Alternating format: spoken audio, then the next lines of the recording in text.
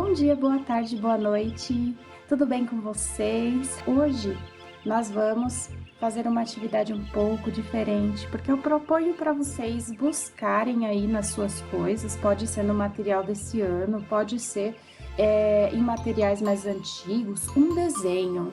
Mas esse desenho tem que ser um desenho que você nunca pintou. Por qualquer motivo, pode ser que você não pintou porque não quis, pode ser que você não pintou porque ficou com receio de pintar errado, tá? E a partir desse desenho que você escolher para pintar, você vai aí poder acompanhar aqui no vídeo comigo algumas dicas.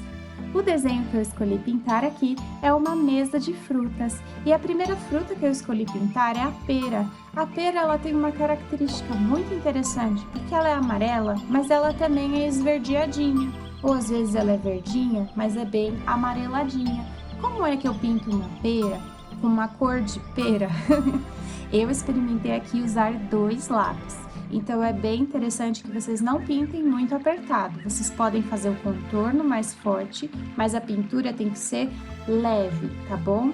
Eu primeiro pintei com a cor mais clara e depois com a cor mais escura. E eu escolhi um tom de amarelo e um tom de verde. Olhem só como tá ficando legal. Uma das técnicas mais interessantes para dar bastante definição no nosso desenho é a gente contornar, né, com o material que a gente vai usar. No caso aqui eu vou usar lápis de cor, tá bom? Então o interessante é a gente contornar cada um dos detalhes do desenho com a cor que vai ser pintada. Já na maçã eu fiz diferente. Primeiro eu escolhi 2 cores, eu escolhi o vermelho e o amarelo. Porém eu pintei primeiro com a cor mais escura, mas sem apertar.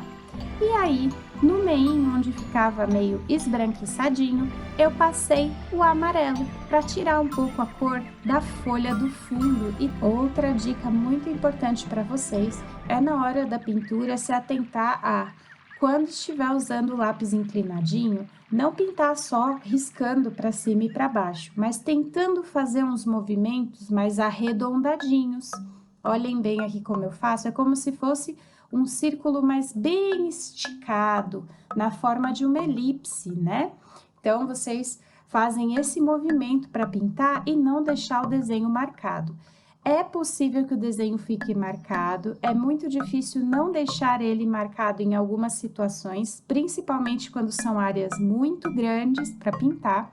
É por isso que a gente começa pintando fraquinho. Então, a gente sempre usa o lápis fraquinho, porque se a gente quiser usar mais de uma cor no mesmo lugar, aqui eu dou exemplo para vocês em que tanto a maçã, né, como a banana, eu trabalhei com 2 cores, tá? Então, é vermelhinho na maçã e depois que pintei aquelas áreas brancas que ficam sobrando, eu passei um amarelo para dar uma sensação ali de que não é a cor do fundo do papel. E a mesma coisa eu fiz na banana, por ela ser amarela, os detalhes contornados em amarelo não aparecem tanto. Então, eu usei o lápis marrom para contornar bem fraquinho e depois pintei de amarelo. Uma outra coisa também é perto das beiradinhas, você pinta com lápis um pouquinho mais apertado e no meio do desenho você pinta com lápis um pouquinho mais suave. Isso transmite pra gente uma ideia de profundidade, de que aquela fruta é redonda, ou de que aquele rosto é redondo, que tem sombra e que tem luz.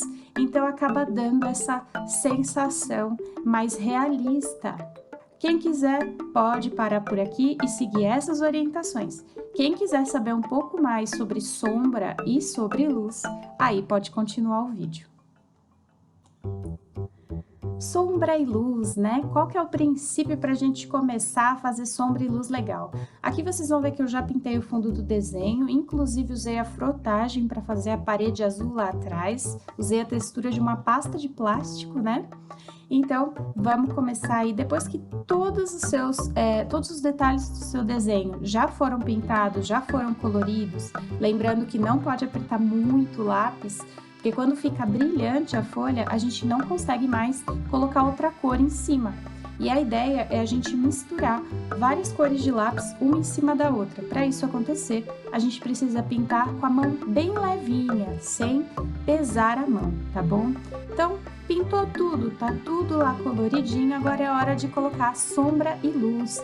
Lá naquele arquivo PDF que eu mandei para vocês, existe um conceito chamado cores complementares. Esse conceito de cores complementares, ele funciona da seguinte maneira.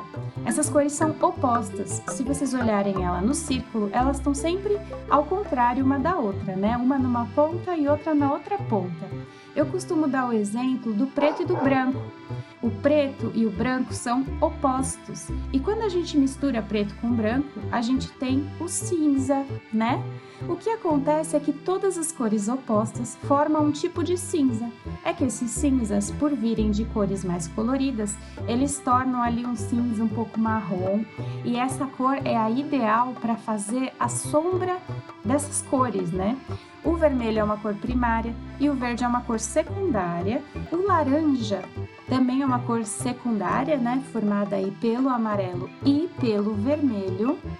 E sua cor oposta é o azul. O mesmo acontece com a banana, que se vocês olharem lá naquele círculo daquele PDF que eu mandei para vocês, o amarelo está totalmente do lado oposto ao lilás. E o lilás é a mistura do azul e do vermelho. Então, o amarelo nem participou dessa mistura. Então, eles são cores opostas. Então, para você fazer uma sombra legal em uma coisa amarela, você usa o roxo ou lilás e ao contrário também, né? Quando for roxo ou lilás, para fazer a sombra eu uso o amarelo. Esse é um pouco mais difícil de usar do que os outros, porque o amarelo é uma cor muito clara. Então eu indico na hora de fazer a sombrinha, pegar aquele amarelo com uma cor mais gema de ovo para ficar legal. E aqui eu dou exemplo para vocês na banana e dou exemplo também nas flores que tem ali no fundo, tá bom?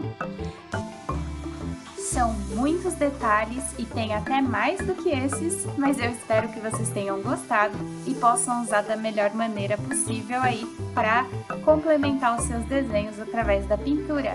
Até semana que vem!